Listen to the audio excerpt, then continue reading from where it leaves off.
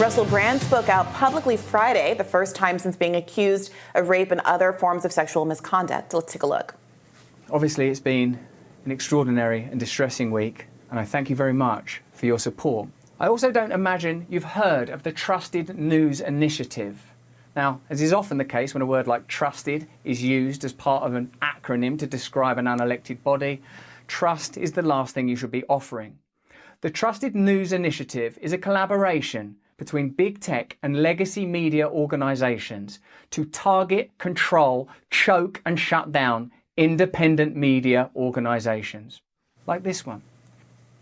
He didn't specifically address the claims, which he's denied, but instead talked about the British government's effort to censor him, which he said he will be talking about on his show today on Stay Free on Rumble. According to reports, various companies like Burger King, ASOS, HelloFresh, to name a few, pulled their advertisements from the video platform Rumble, where the comedian hosts his program, and which did not comply with the UK's request to cut ties with him. Brand has vehemently denied the onslaught of allegations, of which he has not yet been formally charged or found guilty. And that's an important point for a lot of people. It that is. Even if they the presumption believe of that, innocence. Yeah, that there is credibility to some of these accounts, that there's corroborating evidence for many of these accounts, that he could have done a lot of bad things, that prematurely having these kind of being targeted in these ways financially prior to there being any investigation of a criminal or informal type, and especially when so many of the allegations are anonymous, seems preemptive. And it seems like it's geared towards something other than justice for the victims. It seems to be about punishing him and his platform and his ability to reach people talking about issues other than anything having to do with the sexual assault. But look, this is what happens when you have a society where everyone just immediately reacts, and these knee-jerk reactions without having all of the facts, all of the evidence. And from the company's perspectives, I don't necessarily blame them. I don't agree. But at the end of the day, they have to look at their bottom line. And HelloFresh or Burger King or ASOS, they don't want their consumers striking, saying, you know what, we're no longer going to purchase burgers from Burger King, or we're no longer going to order our deliveries from HelloFresh. So they're trying to be on the side of the public.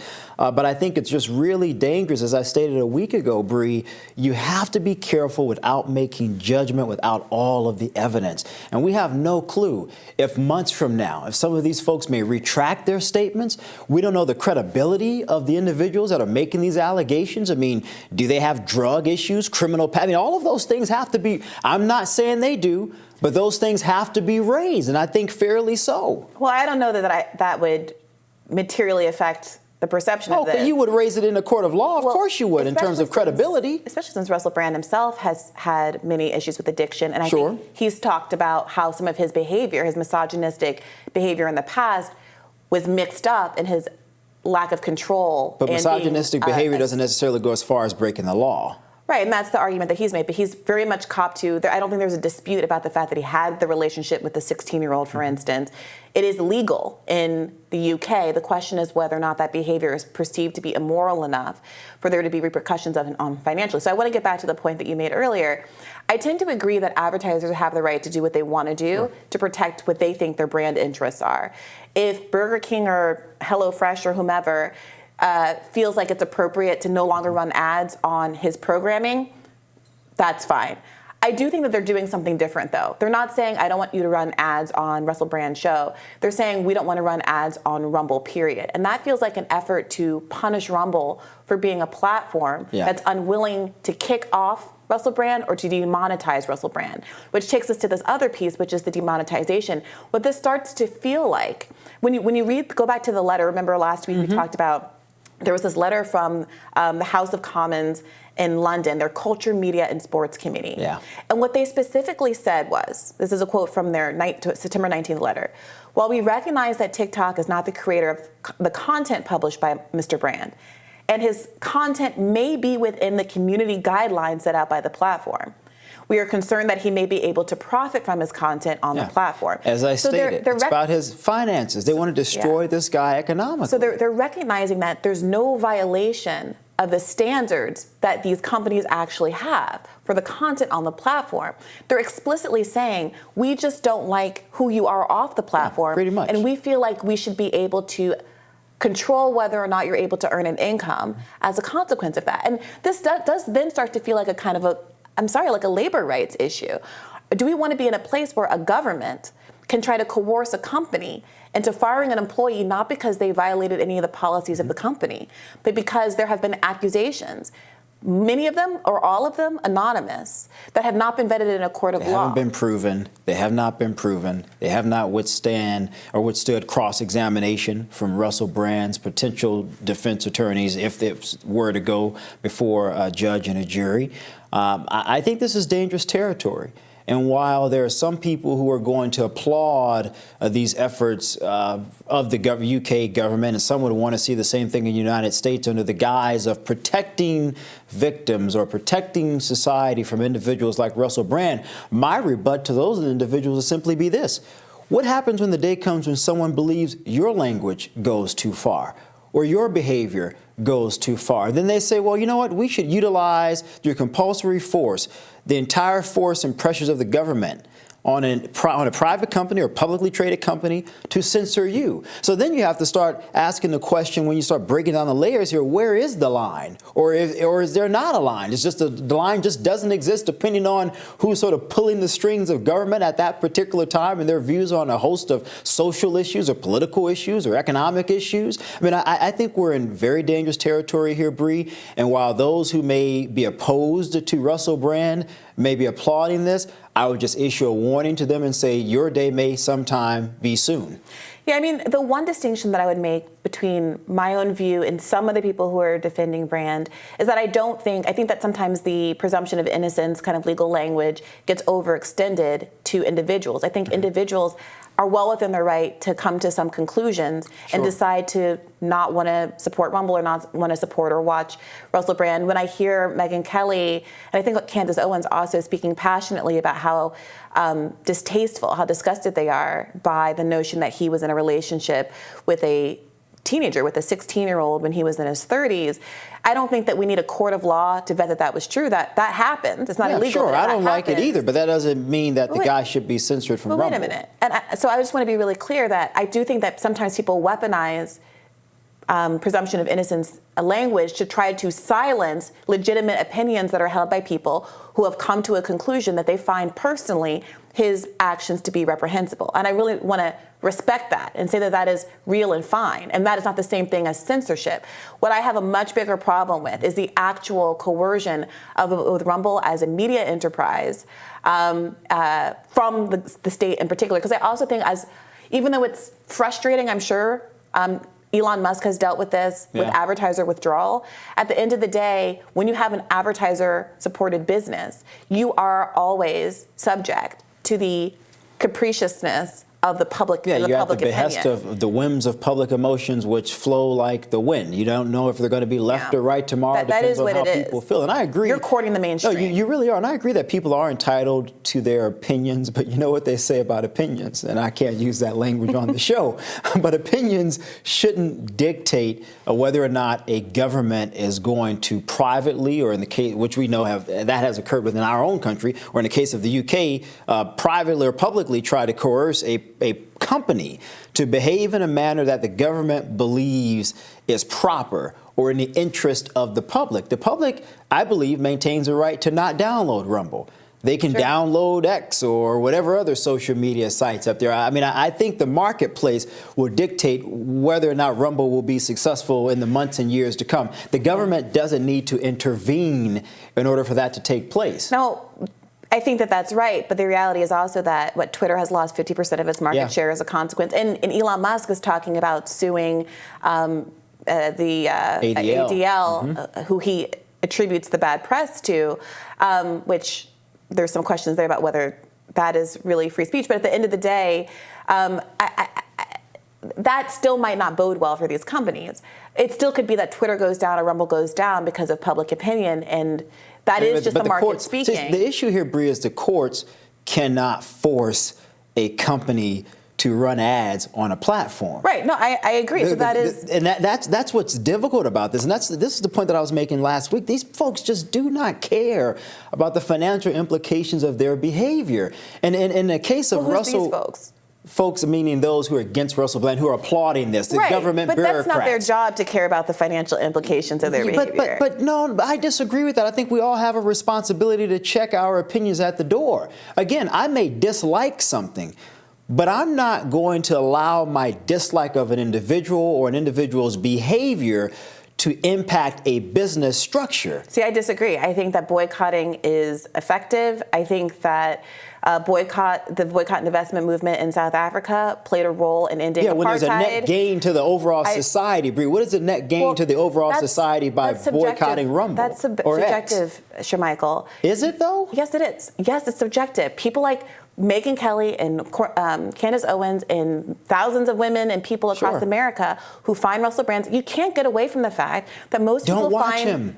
Well, that's what they're doing. They're not watching him, and advertisers are withdrawing because they don't want to be tarnished by Russell Brand's image, one way or the other, rightly or wrong, whether it's proven or not. And that's the problem, though, the proof. That's my problem. But it's not HelloFresh's job to make sure that Rumble is financially viable. It's not Megyn Kelly's job to make sure that they're rising and falling on market and opinion. That's what I'm saying about advertiser-based businesses.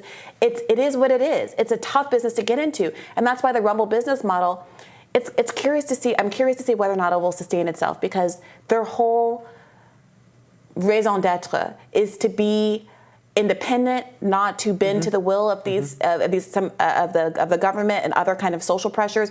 The statement that they put out in response to the letter that I read a few minutes ago was very strong. They said, while Rumble obviously deplores sexual assault, rape, and all serious crimes and believes that both alleged victims and the accused are entitled to a full and serious investigation, it is vital to note that recent allegations against Russell Brand have nothing to do with content on Rumble's platform. And they go on to say that they will not be deplatforming or demonetizing him in any way. Yeah. But can you sustain yourself in an advertiser-based model? I mean, but most companies depend on public image, whether it's Coca-Cola, Pepsi, whether it's Xbox, PlayStation. What I'm getting to is I think what they're going to have to do is what Elon Musk has realized, is that if you're going to be a I don't care about public opinion kind of a platform, you need subscribers to weather the storm. You're going to have a subscriber base of people who are going to be able to pay you money. Model, though.